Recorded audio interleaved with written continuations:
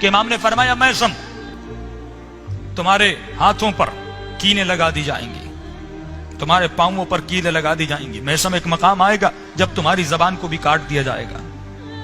لیکن یہ امام علی کا رفض دیکھیے، امام نے فرمایا میثم جب حجاج تجھے کہے گا کہ تو میری توہین کر، میثم میں علی اجازت دیتا ہوں تو میری توہین کر دینا، میں پھر بھی قیامت کے دن تمہاری شفاعت کروں گا۔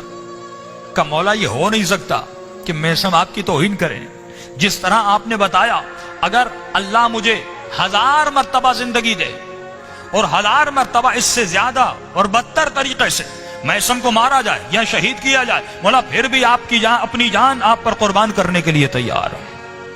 اور فرمایا جب وہ مقام آیا اس ملعون نے کہا میثم علی کو برا بلا کہو، میثم نے کہا میری جان میرے مولا پہ قربان، یہ زبان کبھی علی کی مخالفت میں کچھ بول نہیں سکتی۔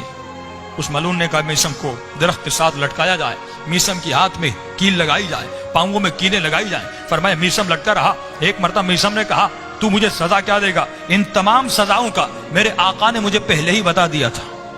تو یہ ملعون کہتا ہے بتا تیرے مولا نے کیا کیا بتایا؟ کہ مولا نے بتایا تو میرے ہاتھوں پہ کیل لگائے گا، تو مجھے گستاخی کرنے کے لیے کہے گا، تو میری زبان کو کاٹے گا۔ یہ ملعون کہتا ہے میں تمہارے مولا کو علیاذ باللہ جھوٹا ثابت کروں گا، میں تمہاری زبان کو نہیں کاٹوں گا۔ کہ ایک مرتبہ کہ میثم کو اسے لٹکایا جائے۔ فرمایا 3 دن تک میثم لٹکا رہا۔ ایک مرتبہ میثم نے آواز دی اے کوفے والو آ جاؤ، میثم تمہیں کچھ کہنا چاہتا ہے، تجھے کچھ بتانا چاہتا ہے۔ کہ ایک مرتبہ میثم نے میرے آقا کے فضائل کو پڑھنا شروع کر دیا کہ میرا مولا وہ ہے جو قبلوں کو سجدہ کرتا ہے، میرا مولا وہ ہے جس کے چہرے کو دیکھنا عبادت ہے، جس نے کبھی کسی بت کو سجدہ نہیں کیا۔ فرمایا حسنین جوالان جنت کا بابا ہے تو میرا مولا ہے، سید کائنات سیدہ کا کوئی شوہر ہے تو میرا مولا ہے، نبی کا اگر کوئی داماد ہے تو میرا مولا ہے، فاتح خیبر و خندق ہے تو میرا مولا ہے۔ کہ اس نے فضائل کو پڑھنا شروع کیا۔ ایک مرتبہ حجاج کو پتا چلا کہ جہاں میثم لٹکا ہوا ہے وہاں پر لوگوں کا ہجوم ہو گیا۔ کہ یہ ہجوم کیسا ہے؟ کہ میثم نے علی کے فضائل کو پڑھنا شروع کر دیا ہے۔ کہ ارے علی کے فضائل پڑھنا تو منع ہے، جلدی جاؤ میثم کی زبان کو کاٹو۔ پر میں ایک مرتبہ زبان کو نکالا گیا، یہاں پہ زبان کو کاٹنا چاہا۔ میثم نے کہا اپنے حاکم کو بتا دینا کہ میرا مولا سچا ہے تو جھوٹا ہے۔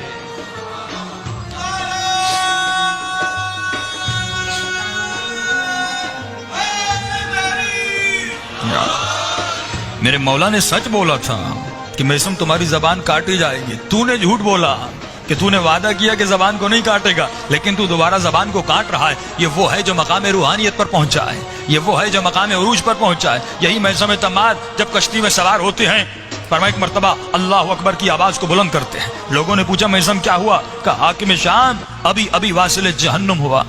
تو لوگوں نے کہا میثم تجھے کیسے پتا چلا؟ کہ جب شام پہنچے تو معلوم کرنا۔ ایک مرتبہ کشتی شام میں پہنچتی ہے، ان لوگوں نے معلوم کیا، کہاں پتا چلا واقعی حاکم شام واصل جہنم ہو گیا۔ تو انہوں نے جب وقت اور ٹائم کا معلوم کیا کہ کس وقت مرا، تو فرمایا بالکل اسی وقت مرا جب میثم نے اللہ اکبر کی آواز کو بلند کیا تھا۔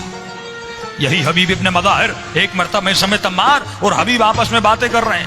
حبیب نے کہا میثم تجھے اسی درخت کے ساتھ لٹکایا جائے گا، تمہاری زبان کو کاٹا جائے گا، محبت علی کے جرم میں میثم تجھے شہید کیا جائے گا۔ ایک تیسرا شخص کھڑا ہے کہ میں پریشان تھا، یہ کیسی باتیں کر رہے ہیں، تجھے مارا جائے گا، کیوں مارا جائے گا؟ ایک مرتبہ اس نے کہا آپ کیسی باتیں کر رہے ہیں؟ اس نے کہا جو ہم جانتے ہیں وہ تم نہیں جانتے، جو ولایت کے صدقے میں ہمیں ملا ہے وہ تمہیں نہیں ملا۔ ایک مرتبہ میثم تمار نے کہا حبیب اگر مجھے علی کی محبت میں مارا جائے گا تو تجھے حسین ابن علی کی محبت میں کربلا میں شہید کیا جائے گا، تمہارے سر کو کاٹا جائے گا اور اسی گلی سے تمہارا سر گزرے گا۔ یہ تیسرا شخص کہتا ہے میں ان کی باتوں کو سن کے بڑے تعجب میں تھا، ارے ان کو پتا ہے تو کیسے ہے، لیکن مجھے یقین تب آیا جب وہ وقت آیا، میں نے اپنی آنکھوں سے دیکھا میثم کی زبان کو کاٹا گیا، علی کی محبت کی جرم میں شہید کیا گیا، لیکن وہ وقت بھی میں نے دیکھا جب کوفے کی گلیوں میں جناب حبیب ابن مظاہر کا سر لایا گیا۔ میں نے اس وقت کہا واقعاً یہ بندگان خدا تھے، یہ علم کہاں سے ملا، یہ روحانی طاقت کہاں سے ملی؟ فرمایا جو ولایت علی ابن ابی طالب کے دروازے میں آ جاتا ہے، جو علوم اہل بیت سے استفادہ کرتا ہے، اہل بیت علیہم السلام ان تمام تر طاقتوں سے ان کو نوازتے ہیں۔